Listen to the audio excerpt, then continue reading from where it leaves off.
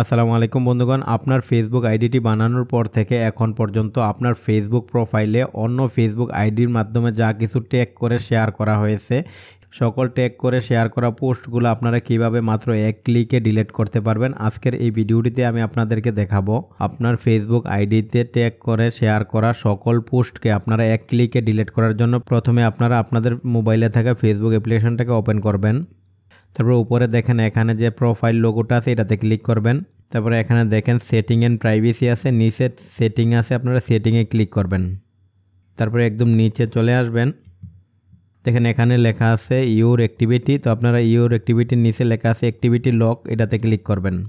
এখানে দেখেন লেখা আছে ইউর ফেসবুক অ্যাক্টিভিটি, এটাতে ক্লিক করবেন। এখানে দেখেন অ্যাক্টিভিটি ইউর ট্যাগ ইন এর নিচে দেখেন ম্যানেজ ট্যাগ লেখা আছে, এটাতে ক্লিক করবেন।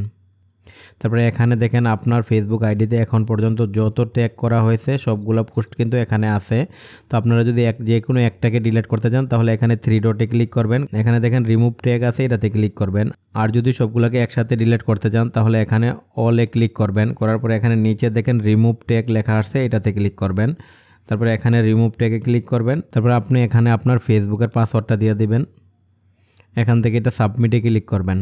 তো এইভাবে সাবমিট করে দিলেই আপনার ট্যাগগুলো সবগুলা ডিলিট হয়ে যাবে। তো আশা করি ভিডিওটি আপনাদের ভালো লেগেছে। ভালো লাগলে চ্যানেলটিকে সাবস্ক্রাইব করবেন, লাইক শেয়ার কমেন্ট করবেন। ধন্যবাদ।